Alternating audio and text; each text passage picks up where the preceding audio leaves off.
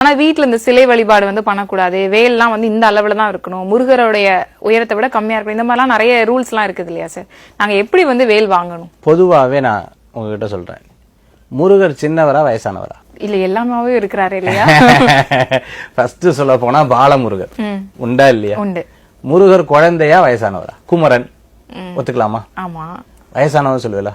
இல்ல சொல்ல மாட்டோம். சொல்ல மாட்டோம். அதுவும் அவரு, இதுவும் அவர்தான், இதுவும் அவர்தான் இல்லையா? அப்போ நமக்கு டக்குன்னு மனசுல தோறது பாலமுருகன் தாமா. இந்த பாலமுருகன் நம்ம வீட்டுல ஒரு குழந்தை பிறந்துச்சு, ஐயோ முருகர் மாதிரியே இருக்காரு சொல்லுவேலா? வயசான தாத்தாவை பத்தி சொல்லுவேலா? சொல்ல மாட்டேன். அப்போ முருகன் உங்க மனசுல தோணுன டக்குன்னு உங்களுக்கு என்ன தோணுதுன்னா, முருகர் குழந்தை, அடுத்தது குமரன், வள்ளி தெய்வானோட இருக்கிற முருகன், இதுதானே உங்களுக்கு தோணுது. அந்த முருகருக்கு நீங்க இவ்வளோ பெரிய விஷயத்த சொல்லலாம் வேண்டாம். இதேதான் சூரபத்மன் நினைச்சாரு, என்ன கொல்றதுக்கு இத்துண்டு குழந்தையவா அமைச்சிருக்கேன்னு சிரிச்சார். சிரிக்கும் போது முருகர் பார்த்தாராம், ஓ சிரிக்கிறியா? முதல் நாள் சத்யோஜாத முகம்னு பேரு. முதலுடைய முருகனுடைய 6 முகம் இருக்கு இல்லையா, அதுக்கு அர்த்தம் சொல்லட்டுங்களா? முதல் முகத்துக்கு சத்யோஜாத முகம்னு பேரு. சத்யோஜாதம்னா உண்மையா இருக்கணும். முதல்ல பிரம்மா வந்து சிவபெருமானை பார்த்து கொண்டு போறார். போகும்போது முருகர் அங்க இருக்காரு. முருகர் அங்க இருக்கும்போது அவர் பார்த்தும் பார்க்காம போயிட்டார். யாரு? பிரம்மா. அங்கிருந்து வேல் எடுத்து தலையே துண்டாக்கி வேல் எடுத்து வீசுறார். முன்னாடி வேல் வந்து நிக்குது, படையப்பா படம் மாதிரி. அங்க நின்ன உடனே திரும்பி பார்க்கிறார் முருகப்பெருமான். எங்க வந்தீர்னா சிவபெருமான் அம்மையப்பரை பார்க்க. போகும்போது நாங்க உட்காந்துருக்கேன் பார்க்கலையான்னு கேட்கிறார். இல்லையே பார்க்கலையே. இவர் பார்த்ததா அவருக்கு தெரியும். உமக்கு எத்தனை தலை? பிரம்மாக்கு எத்தனை தலை? 4. எத்தனை கண்ணு? 8. அப்ப 8 கண். நம்ம 2 கண்ணு இருக்கிற நம்மவே பார்த்துருவோம்.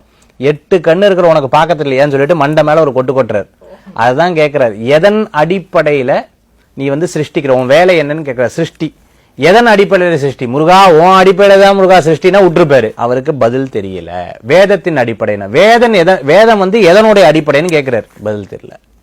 உனக்கு தெரியாத உனக்கு எதுக்கு சிருஷ்டின்னு சொல்லிட்டு மண்டையில கொட்டி எங்க அமைச்சிட்டார், உட்காந்து சிறை பிடிச்சு வச்சுட்டார். அப்ப முதல் முகம் அவருக்கு என்னன்னா சத்யோஜா, உண்மையா இருக்கணும். முதல்ல நான் 1000 தப்பு பண்ணிவிட்டு பே பண்ணல, என்ன என் மாமியாரும் மாமனாரும் கொள்ளையில இருக்கா, பின்னாடி போட்டு அவளுக்கு சாப்பாடு மட்டும் போட மாட்டேன், அது உண்மையான முகமா? ஃபர்ஸ்ட் உண்மையான முகமா இருக்கணும்.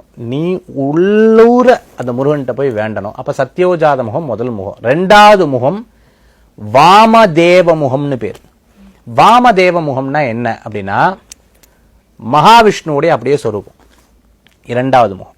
3வது முகம் நீங்க பாப்பீங்களா? கோயில்ல பார்க்க முடியாது, பின்னாடி இருக்கும், கண்ணாடியில் தான் தீபாவளி காமிப்பாங்க. அது பேர் அகோர முகம்னு பேர். சூரபத்மனை வதம் பண்ணக்கூடிய முகம் அந்த முகம்.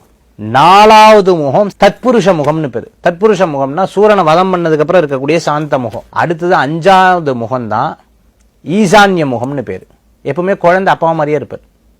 ஒரு குழந்தை காலை பாரு, அப்பாவை மாதிரியே காலாட்டிட்டு தூங்குறான், அப்பாவை மாதிரியே காலுக்கு மேல கால் போட்டு உட்காந்துருக்கான், அம்மா அப்பா சொல்றது பார்த்துட்டு போயிரு. அப்போ ஈசான்ய முகம்ன்றது சிவபெருமானை உரித்து வைத்த அந்த முகம். 6வது முகம் யாருக்குமே இல்லாத ஒரு முகம், அதோ முகம்னு பேரு. அதோ முகம்னா என்ன தெரியுமா உங்களுக்கு? உங்களை கூப்பிட்டு அனுகிரகம் பண்ணக்கூடிய முகம். இந்த மாதிரி யாரு கொடுப்பா? அதாவது 5 முகம் தோன்றும், 6 முகம் தோன்றும், வெஞ்சமலரில் அஞ்சேல் என வேல் தோன்றும், நெஞ்சில் ஒரு கால் நினைக்கில் இருகாலும் தோன்றுமே. நெஞ்சில ஒரே ஒரு சனம் நினைச்சா இருகாலும் தோன்றுமே. எப்படி? முருகா முருகா முருகா முருகா முருகா என்று ஓதுவார் முன் இருகாலும் தோன்றும். முருகா முருகான்னு சொல்ல இருகால்களும் தோன்றும்னு சொல்ற. அப்போ நம் முருகனை ஒரு சனம் நினைச்சாலே போதுங்கிறாங்க அங்க. அப்ப பிரச்சனை எவ்வளோ பெரிய பிரச்சனையா இருந்தாலும் சரி, குட்டி முருகன் குட்டியா அனுகிரகம் பண்ணிடுவான், அது பெரிய பிரச்சனையை தீர்த்துடும். அதனால கவலைப்பட வேண்டிய அவசியங்கள் கிடையாது. சின்ன வேல் வச்சு கூட பூஜை பண்ணலாம். நீங்க கேட்டீங்க இல்லையா, சிலை விதானத்துல ஏதாவது இருக்கா? சிவாகம பிரகாரம், சிற்பசாஸ்திரத்தின் பிரகாரம் ஒரு சிலைக்கு நீங்க பிராண பிரதிஷ்டை பண்ணிட்டீங்கன்னா அதுக்கு பூஜை பண்ணியே ஆகணும். இந்த விரலுக்கு மேல இருக்கக்கூடாது.